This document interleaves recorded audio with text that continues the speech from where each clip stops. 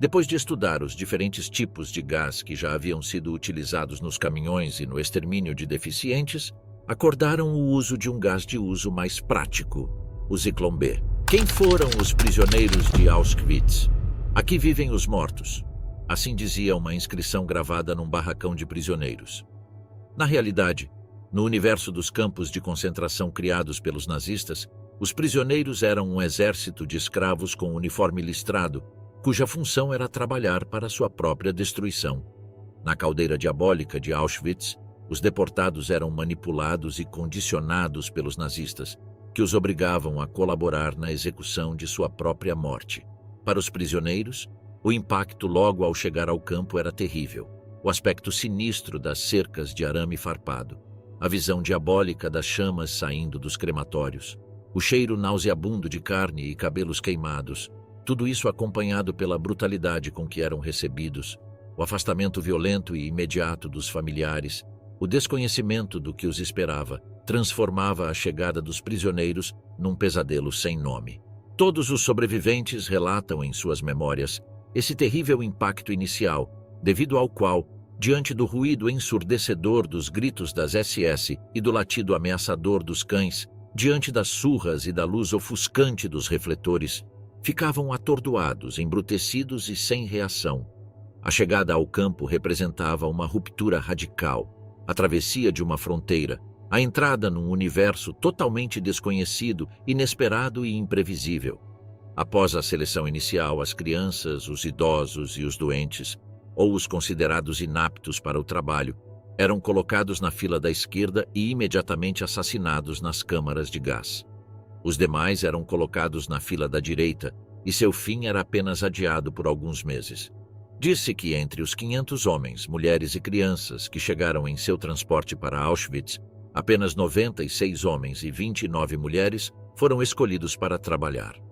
O número dos que eram selecionados para a coluna da direita dependia não tanto da sua condição física, como das necessidades momentâneas do campo ou do espaço disponível. Esses enfrentavam a caminhada até o campo principal, Auschwitz I, ou até Monowitz, Auschwitz III, onde eram obrigados a se despir uns diante dos outros. Depois passavam pela desinfecção, pela raspagem de todos os pelos do corpo, da cabeça aos pés, incluindo os órgãos mais íntimos, pelo banho e pela distribuição de roupas. Em seguida, efetuava-se o registro do prisioneiro num formulário com seus dados pessoais, que depois era encaminhado ao departamento político do campo e copiado em 15 exemplares para os diferentes setores. Por fim, atribuía-se um número que substituiria seu nome durante toda a sua estadia no campo. Exceto pelos prisioneiros alemães de delito comum transferidos de outros campos para servir como capos, os primeiros reclusos foram poloneses do sexo masculino, que constituiriam até o início de 1942 o maior contingente de prisioneiros de Auschwitz. Entre 140.000 e 150.000 pessoas, incluindo algumas mulheres, das quais cerca de 74.000 perderam ali a vida. Em sua maioria eram políticos, detidos por pertencer à resistência nacionalista ou comunista, ou civis presos em batidas. Normalmente levavam costurado no peito o triângulo vermelho com a inicial P referente à sua nacionalidade. Também havia judeus nessas circunstâncias, mas eram detidos individualmente pelos mesmos motivos. De modo geral, sabiam que permaneceriam no campo até o fim da guerra, e embora estivessem convencidos da derrota final da Alemanha, viviam com medo de não sobreviver até o final. De fato, a degradação progressiva das condições do campo, as epidemias, a crescente escassez de alimentos, o superlotamento, todos esses fatores reduziam as possibilidades de sobrevivência. O risco de denúncia ou de descoberta de pertencimento a um movimento de resistência também era outra possibilidade real, tanto que os diferentes grupos políticos lutavam ferozmente entre si. Apesar de tudo, entre os poloneses, a solidariedade nacional era mais forte que as divergências políticas, o que lhes permitiu assumir algumas posições privilegiadas no campo. Com o avanço da guerra, o número de presos políticos de outras nacionalidades foi crescendo, sobretudo tchecos, eslovacos, franceses, holandeses e belgas. No centro do triângulo vermelho com que eram identificados, a inicial do país indicava a nacionalidade, exceto a dos alemães. A reputação dos diferentes grupos nacionais ários entre os presos políticos era variável. Os tchecos eram bem vistos, os russos eram considerados desconfiados e selvagens, e os iugoslavos, sobretudo as mulheres, gozavam de grande estima pela valente luta de seu povo contra o nazismo. Na organização clandestina do campo feminino, eram as francesas que lideravam. Apesar do erro subjacente a qualquer tipo de generalização, era frequente que a solidariedade nacional se sobrepusesse à ideologia ou à religião, mesmo entre judeus. No entanto, o Triângulo Vermelho nem sempre era sinônimo de espírito solidário ou de comportamento ético. O segundo grupo era formado por prisioneiros de guerra russos. Chegaram a Auschwitz em meados de 1941 para a construção do campo de Birkenau. Seu estado já era lastimável devido à sua estadia anterior no campo de Lambsdorff, de onde vieram a pé numa marcha que durou semanas, quase sem alimentos. Até 1942 estiveram confinados em alguns blocos em Auschwitz I, formando um campo separado, o campo de trabalho dos prisioneiros de guerra russos. Quase todos morreram devido ao trabalho extenuante, à fome, aos maus tratos ou gaseados. O próprio Höss confessa que o estado físico dos russos era tão deplorável que já não manifestavam reação alguma.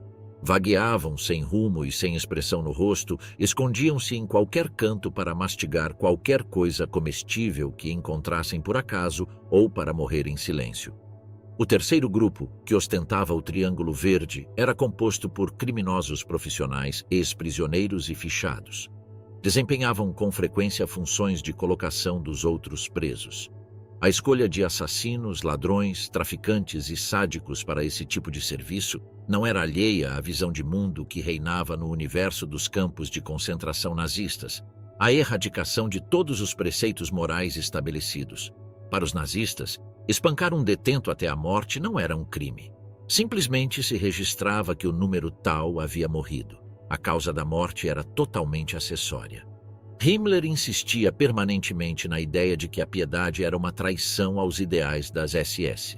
Outro grupo era composto pelos associáveis, identificados pelo Triângulo Preto. Mulheres dedicadas à prostituição, sobretudo alemãs, lésbicas e vagabundos.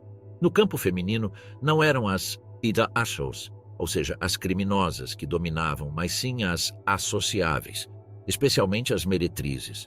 Quase todas alemãs costumavam ser as chefes do bloco. Também havia algumas polonesas, ao contrário dos campos de Dachau e Sachsenhausen, onde os homossexuais e testemunhas de Jeová eram numerosos. Em Auschwitz formaram grupos relativamente pequenos. A homossexualidade na Alemanha era severamente punida pelo regime nazista e os homossexuais masculinos eram considerados inimigos do Estado, o que explica sua maior presença nos campos de reeducação, criados após 1933. Desde o início, os presos homossexuais tinham sua própria insígnia, um triângulo rosa.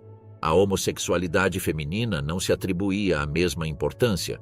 As lésbicas estavam incluídas no grupo das associáveis e ostentavam o mesmo triângulo preto. Do ponto de vista nazista, a mulher era uma mera reprodutora a serviço da multiplicação da raça e suas opções pessoais totalmente irrelevantes. Calcula-se que na Alemanha foram detidos cerca de 50 mil homossexuais, e destes entre 10 mil e 15 mil perderam a vida nos campos. E o último grupo de prisioneiros que passaram por Auschwitz foi em sua maioria composto por judeus.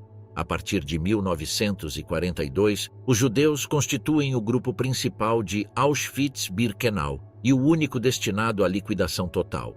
Foram marcados por 2 triângulos de cor amarela que formavam a estrela de Davi com a inicial do país de origem.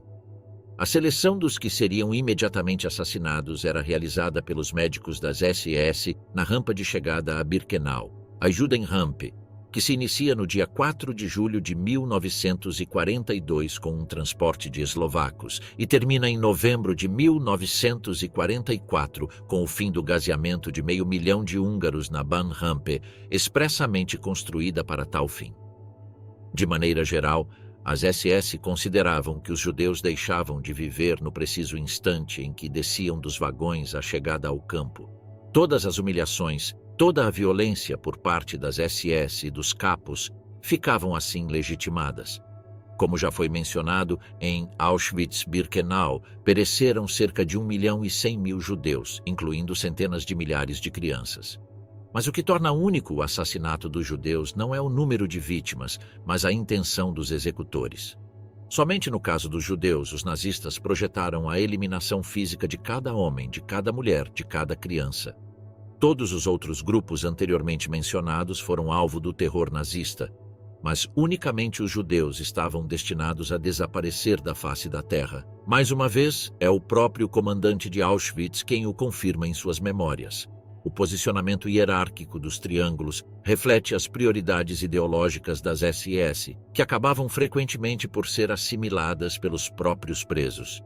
Essa identificação, muitas vezes inconsciente, fazia da cor do triângulo um agente altamente eficaz de classificação social. O resultado era uma estratificação dos presos de cima para baixo que garantia o funcionamento eficaz do princípio de dividir para reinar, essencial no espaço dos campos de concentração nazistas.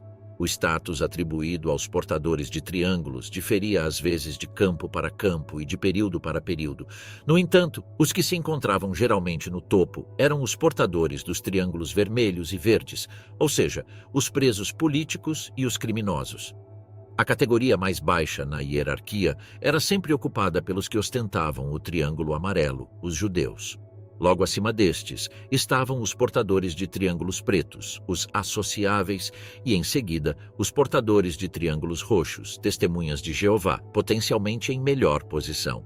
Enquanto os presos de delito comum estavam ali por seus crimes, os presos políticos alemães por sua oposição ao regime e os presos ários de outras nacionalidades por uma oposição mais ou menos comprovada à ocupação alemã à raça, foi o único critério para os presos judeus de todos os países sob domínio nazista, inclusive para os ciganos.